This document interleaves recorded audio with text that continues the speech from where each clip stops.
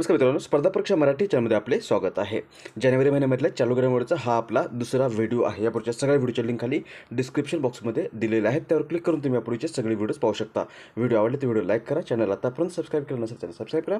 आता आपण आजचा व्हिडिओ सुरू करूयात. आजचा आपला पहिला प्रश्न आहे, खालीलपैकी कोणता दिवस महाराष्ट्र पोलीस स्थापना दिन म्हणून साजरा केला जातो? उत्तर आहे पर्याय क्रमांक 2 जानेवारी.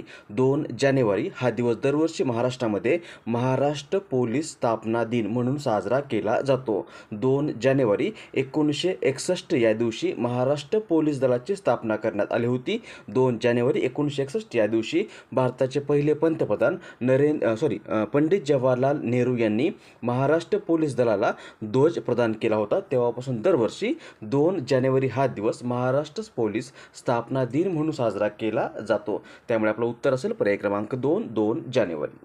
पुढचा प्रश्न, खालीलपैकी कोणता दिवस महाराष्ट्रामध्ये बालिका दिन म्हणून साजरा केला जातो? उत्तर आहे पर्याय क्रमांक 3 जानेवारी. महाराष्ट्रामध्ये दरवर्षी 3 जानेवारी हा दिवस बालिका दिन म्हणून साजरा करण्यात येतो. हा दिवस सावित्रीबाई फुले यांचा जयंती दिवस आहे किंवा सावित्रीबाई फुले यांच्या जयंती दिनानिमित्त दरवर्षी 3 जानेवारी हा दिवस महाराष्ट्रामध्ये बालिका दिन म्हणून साजरा केला जातो. हा दिवस महाराष्ट्र सरकारने 1995 पासून साजरा करण्यास सुरुवात केलेली आहे. सावित्रीबाईंना भारतातील पहिल्या महिला शिक्षिका म्हणून ओळखलं जातं आणि त्यांनी त्यांचे पती महात्मा ज्योतिराव फुले यांच्यासोबत भारतातील महिलांचे अधिकार सुधारण्यामध्ये महत्त्वाची भूमिका बजावलेली आहे.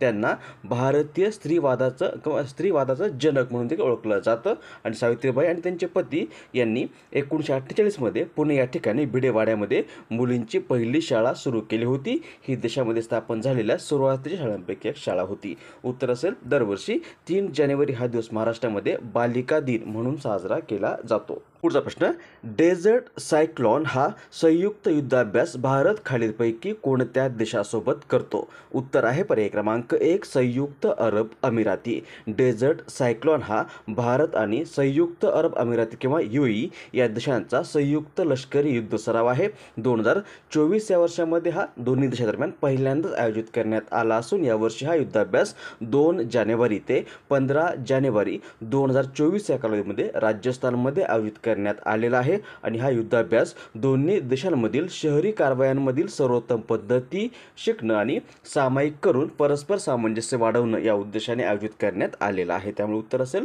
पर्याय क्रमांक 1 संयुक्त अरब अमिराती. संयुक्त अरब अमिरात किंवा UAE. मॅपमध्ये बघा इथे आहे UAE, राजधानी आहे अबुधाबी. सध्या राष्ट्रपती मोहम्मद बिन जायद अल नह्यान, पंतप्रधान आहेत मोहम्मद बिन रशीद सलमान अल मक्तूम आणि चलन किंवा करन्सी आहे UAE दिरहम. नेक्स्ट, जानेवारी 2023 मध्ये DRDOने आपला कितवा स्थापना दिवस साजरा केला आहे? उत्तर आहे पर्याय क्रमांक 4 66वा. DRDO म्हणजे defence research and development organisation, मराठीमध्ये संरक्षण संशोधन व विकास संघटना. ही भारत सरकारच्या संरक्षण मंत्रालयातील किंवा मंत्रालयाअंतर्गत संरक्षण संशोधन आणि विकास विभागाअंतर्गत असलेली एक प्रमुख संस्था आहे जी लष्कराच्या संशोधन आणि विकासाचं काम करते. याची स्थापना झालेली आहे 1 जानेवारी 1958 या दिवशी. मुख्यालय आहे नवी दिल्ली या ठिकाणी आणि सध्या समीर व्ही कामत हे DRDOचे अध्यक्ष आहेत आणि याच DRDO नुकताच 1 जानेवारी 2024 या दिवशी आपला 66वा स्थापना दिवस साजरा केलेला आहे. पर्याय क्रमांक 4 66वा हे याचं बरोबर उत्तर आहे. पुढचा प्रश्न, भारताचे पंतप्रधान नरेंद्र मोदी यांनी नुकतेच खालीलपैकी कोणत्या शहरामध्ये महर्षी वाल्मिकी विमानतळाचं उद्घाटन केलं आहे? उत्तर आहे पर्याय क्रमांक 4 अयोध्या. भारताचे पंतप्रधान नरेंद्र मोदी यांनी नुकतंच उत्तर प्रदेशमधील अयोध्या या ठिकाणी नव्याने बांधलेल्या महर्षी वाल्मिकी विमानतळाचं उद्घाटन केलेलं आहे. या विमानतळाला भारतीय संस्कृतीतील महान ऋषी वाल्मिकी यांचं नाव देण्यात आलं असून हे नामकरण आणि उद्घाटन अयोध्येमधील भव्य राम मंदिराच्या प्राणप्रतिष्ठा सोहळ्याच्या पार्श्वभूमीवर महत्त्वाचं मानलं जात आहे. उत्तर असेल पर्याय क्रमांक 4 अयोध्या. पुढचा प्रश्न 29 डिसेंबर 2023 ते 7 जानेवारी 2024 या कालावधीमध्ये 12व्या दिव्य कला मेळाव्याचं आयोजन खालीलपैकी कोणत्या ठिकाणी करण्यात आलं आहे? याचं बरोबर उत्तर आहे पर्याय क्रमांक 1 सुरत गुजरात। 12वा दिव्य कला मेळावा 2023 जो आहे हा नुकताच 29 डिसेंबर 2023 ते 7 जानेवारी 2024 या कालावधी दरम्यान सुरत गुजरात या ठिकाणी आयोजित करण्यात आला आहे। हा मेळावा किंवा या मेळाव्याचं आयोजन राष्ट्रीय दिव्यांग वित्त व विकास महामंडळाकडून करण्यात येत असून हा मेळावा दिव्यांग व्यक्तींसाठी एक व्यापक मंच असून याद्वारे दिव्यांग व्यावसायिक व कारागिरांना त्यांचं कौशल्य व उत्पादने सार्वजनिक स्वरूपामध्ये प्रदर्शित करण्याची संधी प्रदान करण्यात येते। उत्तर असेल पर्याय क्रमांक 1 सुरत गुजरात या ठिकाणी नुकताच दिव्यांग किंवा दिव्य कला मेळावा 2023चं आयोजन करण्यात आलेलं आहे। नेक्स्ट, भारताचे संरक्षण मंत्री राजनाथ सिंह यांनी खालीलपैकी कोणत्या शहरामध्ये बालिकांसाठी पहिल्या सैनिकी शाळेचं उद्घाटन केलं आहे?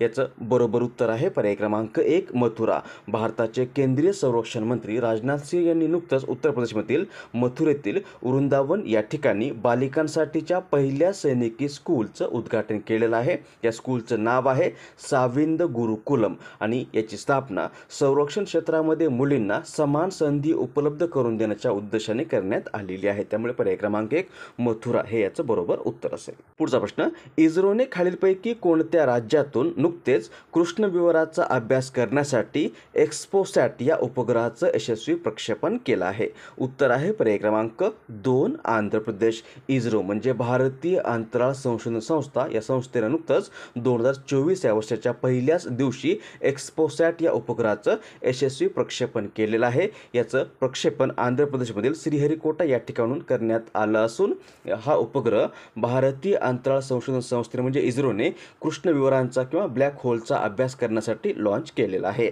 PSLV C58 रॉकेटच्या माध्यमातून या उपग्रहाचं आंध्र प्रदेश हे याचं बरोबर उत्तर असेल। इथे इस्रोचा उल्लेख आलेला आहे। इस्रो म्हणजे इंडियन स्पेस रिसर्च ऑर्गनायझेशन, मराठीमध्ये भारतीय अंतराळ संशोधन संस्था। याची स्थापना झालेली आहे 15 ऑगस्ट 1969 या दिवशी।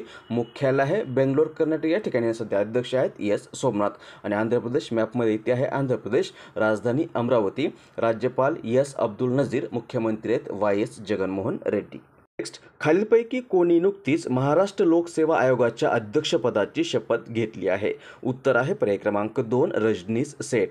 रजनीश सेठ हे नुकतेच महाराष्ट्र राज्याचे महासंचालक किंवा महाराष्ट्र राज्याचे पोलीस महासंचालक म्हणून 31 डिसेंबर 2023 या दिवशी सेवानिवृत्त झालेले आहेत। त्यानंतर त्यांनी नुकतीच महाराष्ट्र लोकसेवा आयोगाच्या अध्यक्षपदाची शपथ घेतलेली आहे। महाराष्ट्र लोकसेवा आयोग म्हणजेच MPSC Maharashtra public service commission ही महाराष्ट्र शासनाच्या खालील वेगवेगळ्या सेवांसाठी व पदांसाठी स्पर्धा परीक्षा घेऊन उमेदवारांची निवड करणारी घटनात्मक अशी संस्था आहे।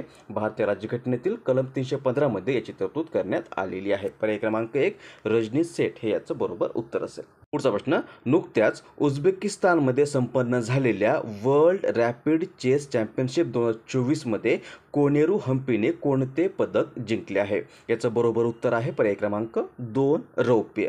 कोनेरू हम्पी हिने नुकत्याच संपन्न झालेल्या उझबेकिस्तानमधील तास्कंद या ठिकाणी संपन्न झालेल्या वर्ल्ड रॅपिड चेस चॅम्पियनशिप 2024 मध्ये रौप्य पदकाची कमाई केलेली आहे। त्यामुळे पर्याय क्रमांक 2 रौप्य पदक हे याचं बरोबर उत्तर असेल। कोनेरू हम्पी ही आहे कोनेरू हम्पी भारताची महिला चेस प्लेयर आहे, भारताची महिला ग्रँडमास्टर आहे। पर्याय क्रमांक 2 रौप्य हे याचं बरोबर उत्तर असेल। त्यानंतर आजचा प्रश्न ज्याचं उत्तर तुम्हाला खाली कमेंट बॉक्समध्ये द्यायचं आहे। प्रश्न आहे, भारतातील पहिले बुलेट ट्रेन स्टेशन नुकतेच खालीलपैकी कोणत्या ठिकाणी तयार करण्यात आले आहे? ऑप्शन्स आहेत बेंगलोर, कानपूर, अहमदाबाद आणि मुंबई। याचं बरोबर उत्तर तुम्हाला खाली कमेंट बॉक्समध्ये द्यायचं आहे।